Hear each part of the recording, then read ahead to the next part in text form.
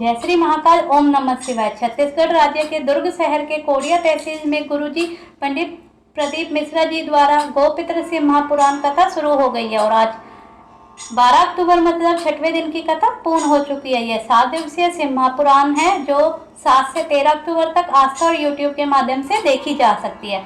आज की कथा बहुत ही रोचक जानकारियों से भरपूर थी, जिसमें गुरुजी ने अच्छे पत्र पढ़े हैं।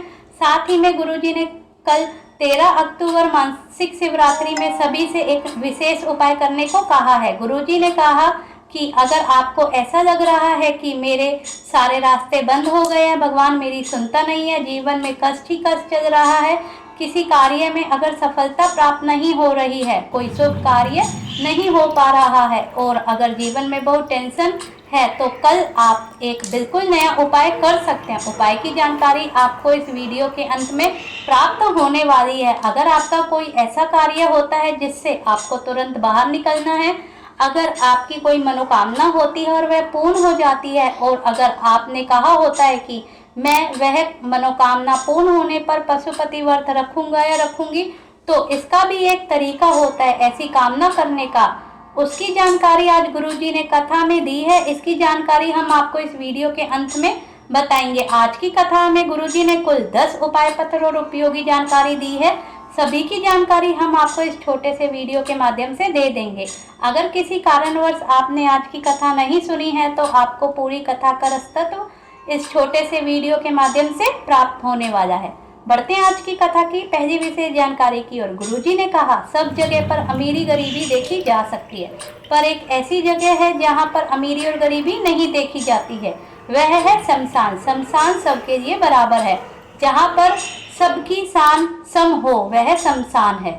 बढ़ते हैं आज की दूसरी विशेष जानकारी की ओर। गुरुजी ने कहा, 3 नशे इस संसार में सबसे बड़े होते हैं, सबसे भारी होते हैं। पहला होता है शराब का नशा, जो 4 घंटे में उतर जाता है। यह लेकिन ऐसा नशा होता है जिससे केवल एक व्यक्ति बर्बाद नहीं होता, उसका पूरा घर बर्बाद हो जाता है और तुम्हारे शराब को और कोई नहीं छुड़ा सकता। यह तुम्हें स्वयं के दृढ़ संकल्प से तुम ही छोड़ सकते हो। दूसरा नशा है धन का नशा, कुर्सी का नशा, गौरव का नशा। धन जाने के बाद, सट्टा जाने के बाद, कुर्सी जाने के बाद अपने आप उतर जाता है। तीसरा नशा है भगवान की भक्ति का नशा, जो जिंदगी भर उतरता नहीं है, जिंदगी भर बना रहता है। बढ़ते हैं आज की तीसरी विशेष जानकारी की ओर। रमेश जी पत्र लेकर आए, जिसमें उन्होंने लिखा, मुझ पर बैंक वालों ने झूठा आरोप लगाकर 2002 में मुझे सस्पेंड करा दिया। 20 वर्ष तक नौकरी से सस्पेंड रहा। इसके बाद टीवी में आपकी कथा सुनी, 1 लोटा जल अर्पण करना शुरू किया। हिम्मत हार चुका था, फिर से हिम्मत जागृत किया। 20 साल तक हाई कोर्ट में केस लड़ा और केस लड़ते लड़ते खुद वकील बन गया और फिर केस जीता, और केस जीतने के बाद मुझे रिटायरमेंट मिला, और रिटायरमेंट के बाद जो भी लाभ मिलता है वह सब भी लाभ मुझे मिला। उसी का आभार व्यक्त करने में कथा पंडाल में आया हूँ।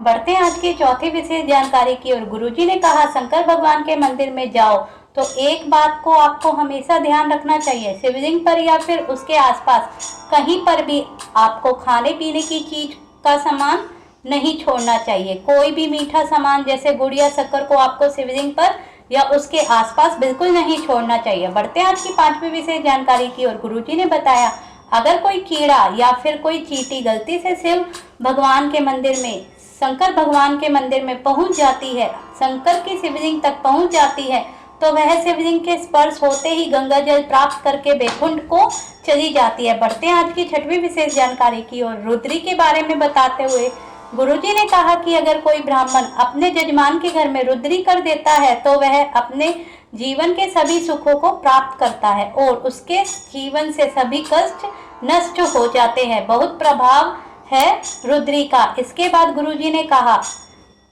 जो करने वाले जजमान को कितना लाभ होगा आप खुद सोच सकते हैं। बढ़ते हैं आज की कथा की 7वीं विशेष जानकारी की ओर।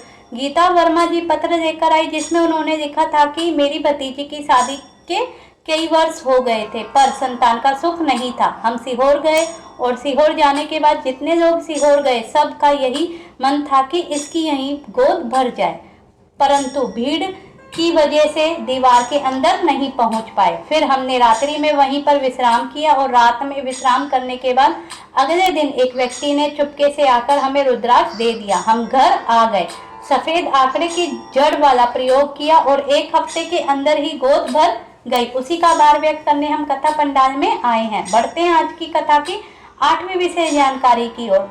गंगा देव बाहू जी पत्र लेकर आए, जिसमें उन्होंने लिखा था कि मेरे पुत्र का एक्सीडेंट हो गया था, जिसकी वजह से उसकी आंख की नस में चोट लग गई थी। जो नस मस्तिष्क तक जाती थी वह फट गई थी।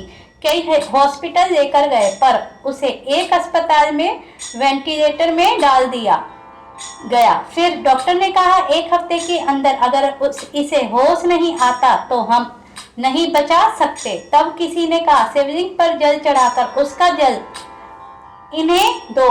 फिर हमने ऐसा किया। बाबा की कृपा से कुछ दिनों बाद मेरा बेटा धीरे धीरे ठीक होने लगा।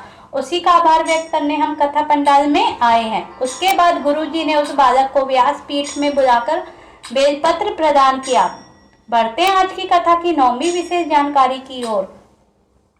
गुरुजी ने 2 विशेष उपाय बताए हैं जो 13 अक्टूबर शिवरात्रि में करने हैं और एक पशुपतिनाथ से संबंधित उपाय है। तो यह जानकारी है, ध्यान से सुनिए। गुरुजी ने कहा कभी आपको मौका मिले तो आपके पास एक बेलपत्र हो, एक धतूरा, एक समीपत्र, एक सफेद पुष्प, एक चावल का दाना। मतलब आपके पास 5 चीज होनी चाहिए, एक बेलपत्र, एक समीपत्र, सफेद पुष्प, धतूरा और एक चावल का दाना। यह सभी चीज आपको अपने हथेली में रख लेनी है। और अगर आपको ऐसा लग रहा है कि मेरे सभी रास्ते बंद हो गए हैं, भगवान मेरी सुनता नहीं है, जीवन में कष्ट ही कष्ट चल रहे हैं, जीवन में कुछ भी अच्छा नहीं हो रहा है, कोई कार्य पूर्ण नहीं हो रहा है, कोई कार्य में आपको सफलता प्राप्त नहीं हो रही है, जीवन में बहुत ही टेंशन है, तो आपको 12 महीने में आने वाली शिवरात्रि में एक विशेष उपाय को करना है। जो सामग्री आपको बताइए इन सभी को या फिर सुबह, मतलब कि सुबह को या शाम को कभी भी उपाय कर सकते हैं। ये सभी सामग्री आपको भोलेनाथ का है त्रिपुरारी का नाम स्मरण करके दिल की बात बोलते हुए भोलेनाथ के मंदिर में जाकर शिवलिंग पर इन सभी चीजों को अर्पित कर देना है। आप शिवलिंग के ऊपर भी अर्पित कर सकते हैं और सभी एक बार में अर्पित कर दें। यह एक विशेष उपाय है जिसे सिर्फ और सिर्फ मासिक शिवरात्रि में करना है। आप यह उपाय शिवरात्रि में कर सकते हैं जो हर माह में आती है और कल ही 13 अक्टूबर है, तो कल भी आप इस उपाय को करके अधिक से अधिक लाभ प्राप्त कर सकते हैं। बढ़ते हैं आज की 10वीं और अंतिम विशेष जानकारी की ओर। गुरुजी ने कहा है कि अगर कोई बहुत जरूरी काम आपके सामने आ गया हो और सोमवार आने में वक्त है और आप पशुपतिनाथ व्रत के साथ कामना करना चाहते हैं कि अगर मेरा यह कार्य पूर्ण हो जाता है और आप पशुपतिनाथ व्रत करने का संकल्प लेना चाहते हैं, तो गुरुजी ने एक आसान और सरल उपाय बताया है। गुरुजी ने कहा कि अगर आप चाहते हैं कि आपका कार्य आज की आज पूर्ण हो जाए, तो आपको एक चावल का दाना और एक सफेद पुष्प हाथ में रखना है और कामना करना है कि हे पशुपतिनाथ, मेरा यह कार्य पूर्ण हो जाए।